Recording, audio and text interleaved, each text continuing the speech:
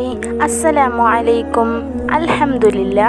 ഇന്ന് ഞാൻ എല്ലാവർക്കും ഉപകാരപ്പെടുന്ന ഒരു നിസ്കാരത്തെക്കുറിച്ചാണ് പറയുന്നത്. വീഡിയോ മുഴുവനായിട്ട് കേൾക്കുക. ആഗ്രഹങ്ങൾ സാധിപ്പിച്ചെടുക്കാനും അത് നിങ്ങളുടെ ഏതെങ്കിലും ഹലാലായ ഉദ്ദേശങ്ങൾ അള്ളാഹുവിനോട് പറയാനുള്ള ഒരു മാർഗത്തെക്കുറിച്ചാണ്. ഇതുപോലെ ആഗ്രഹങ്ങൾ നിറവേറ്റാനുള്ളവരാണെങ്കിൽ വീഡിയോ മുഴുവനായിട്ട് കേൾക്കുക. അതുപോലെ ഇതിൽ പറയും പോലെ കറക്റ്റായിട്ട് അതുപോലെ ചെയ്താൽ അതിൻ്റേതായ ഫലം കിട്ടുകയും ചെയ്യും. നമ്മളൊരു ആഗ്രഹം അള്ളാഹുവിനോട് പറയുമ്പോൾ അതിൻ്റേതായ അദബുകൾ പാലിച്ചിട്ട് വേണം ചെയ്യാൻ. എന്നാലേ നമ്മളുടെ ദുആ അള്ളാഹു സ്വീകരിക്കുകയുള്ളൂ. ആദ്യം തന്നെ പറയട്ടെ, നമ്മൾ ഒരു കാര്യം ചെയ്യുമ്പോൾ നമുക്ക് നല്ല വിശ്വാസം വേണം.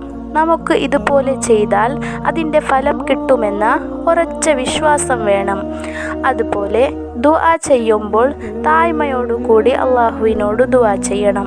നമ്മൾ എന്താണോ അള്ളാഹുവിനോട് ചോദിക്കുന്നത്, നമ്മുടെ ആഗ്രഹം എന്താണോ അത് 3 വട്ടം എടുത്തെടുത്ത് അള്ളാഹുവിനോട് ദുആ ചെയ്യണം.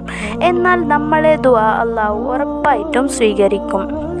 കിബിലക്ക് മുന്നിട്ട് ഒലോട് കൂടിയാണ് ദുആ ചെയ്യേണ്ടത്. ഇനി ഞാൻ നിങ്ങൾക്ക് പറഞ്ഞു തരാൻ പോകുന്നത് ഒരു അത്ഭുത ഹാജത്ത് നിസ്കാരത്തെ കുറിച്ചാണ്. ഈ ഒരു ഹാജത്ത് നിസ്കാരം നിങ്ങൾ നിസ്കരിക്കുമ്പോൾ നിങ്ങളുടെ ആഗ്രഹം നിങ്ങൾ മനസ്സിൽ വെക്കണം. ഈ ഒരു നിസ്കാരം നിസ്കരിച്ച് അള്ളാഹുവിനോട് ദുആ ചെയ്താൽ അള്ളാഹു എൻ്റെ പ്രാർത്ഥന കേൾക്കും എന്ന ഉറച്ച വിശ്വാസം നിങ്ങളുടെ മനസ്സിലുണ്ടെങ്കിൽ ഉറപ്പായിട്ടും അള്ളാഹു സ്വീകരിക്കും. നിങ്ങൾക്ക് നിങ്ങളുടെ ആ ഒരു ആഗ്രഹം ഹലാലാണെങ്കിൽ ഉറപ്പായിട്ടും സാധിച്ചു തരും. അല്ലെങ്കിൽ അത് പിന്നീട് സാധിപ്പിച്ച് തരും. അഥവാ പെട്ടെന്ന് തന്നെ നിങ്ങൾക്ക് ഉത്തരം കിട്ടിയിട്ടില്ലെങ്കിൽ നിങ്ങൾ നിരാശരാകരുത്.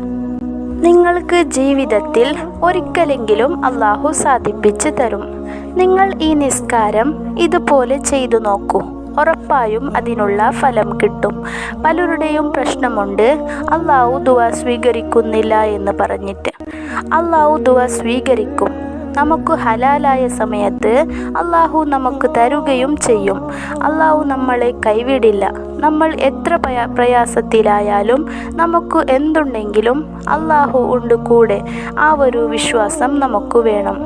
ആര് നമ്മളെ ഒറ്റപ്പെടുത്തിയാലും അള്ളാഹു നമ്മുടെ കൂടെ ഉണ്ടെന്നുള്ള ഉറച്ച വിശ്വാസം വേണം. നിങ്ങൾക്ക് ഹലാലായ വലിയ ഒരു ആഗ്രഹം നിറവേറണമെന്നുണ്ടെങ്കിൽ നിങ്ങൾ എന്തായിക്കോട്ടെ, അല്ലെങ്കിൽ രോഗം മാറാനായിക്കോട്ടെ, എത്ര വലിയ ആഗ്രഹമായിക്കോട്ടെ, ഹലാലായ ഒരാഗ്രഹമാണെങ്കിൽ നിങ്ങൾ ഇതുപോലെ നിസ്കരിക്കുക.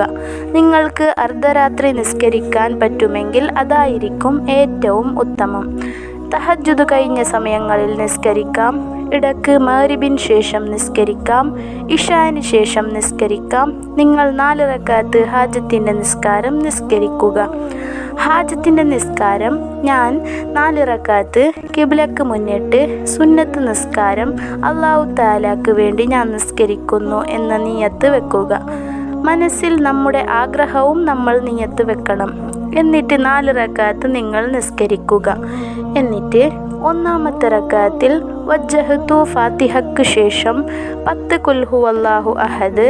അതുപോലെ 2-ാമത്തെ റക്അത്തിൽ ഫാത്തിഹയ്ക്ക് ശേഷം 20 ഖുൽ ഹുവല്ലാഹു അഹദ്.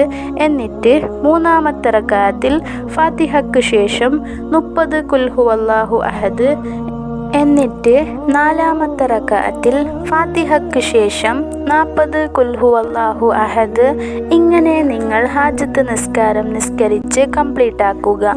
എന്നിട്ട് സലാം വീട്ടിയ ശേഷം നിങ്ങൾ 129 തവണ യാ ലത്തീഫ് എന്ന ദിക്ർ ചൊല്ലുകയും ചെയ്യുക. എന്നിട്ട് നിങ്ങൾക്ക് എന്താണോ ആഗ്രഹം അത് നിങ്ങൾ മനസ്സറിഞ്ഞ് ആത്മാർത്ഥമായിട്ട് കൈകൾ ഉയർത്തിയിട്ട് അള്ളാഹുവിനോട് പ്രാർത്ഥിച്ചോളി. ഉറപ്പായിട്ടും നിങ്ങളുടെ ദുആ അള്ളാഹു സ്വീകരിക്കും. ഇതുപോലെ ആഴ്ചയിൽ ഒരു ദിവസം നിസ്കരിക്കുക. എന്നിട്ട് പിറ്റത്തെ ആഴ്ചയും നിസ്കരിക്കുക. അള്ളാഹു നിങ്ങളെ കാണും, ഉറപ്പാണ്. ജീവിതത്തിൽ സക്സസ് ആയ ഒരു ടിപ്സാണ്. അതുകൊണ്ട് നിങ്ങൾ പരീക്ഷിച്ചു നോക്കിക്കോളി. ഉറപ്പായിട്ടും ഫലമുണ്ടാവും. അല്ലാഹു തആല നമ്മളുടെ എല്ലാ ആഗ്രഹങ്ങളും നിറവേറ്റി തരട്ടെ, സാധിപ്പിച്ചു തരട്ടെ. ആമീൻ. ഇങ്ങനെയുള്ള നല്ല അറിവുകൾ, ടിപ്സുകൾ അറിയാൻ വേണ്ടി എൻ്റെ ചാനൽ സബ്സ്ക്രൈബ് ചെയ്യുക.